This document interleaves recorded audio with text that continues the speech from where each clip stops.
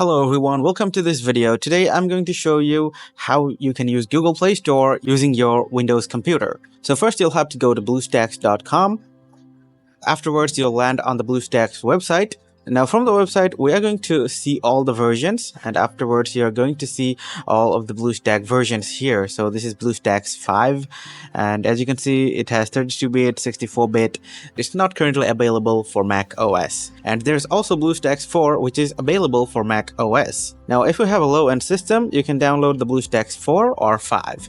Otherwise you can download the BlueStacks 10. So I'm downloading the BlueStacks 10, and after the download is completed, we're gonna open the BlueStacks 10. And then we can install it, or we can select customize installation and select a location for the installation, and then wait for the installation to complete and open the BlueStacks.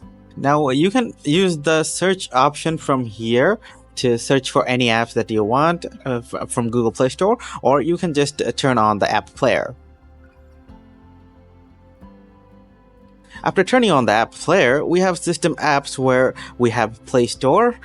You'll open the Play Store, sign in to your account from here. And after signing in, you'll have the Google Play Store interface. From here, you can download any application that you want. Now, for example, I'm going to go to Facebook and click on install.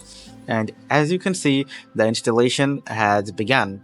So that's how you can use Play Store in your computer and install any application you want. If you found this video helpful, guys, please don't forget to leave a thumbs up and subscribe to our channel for more videos like these.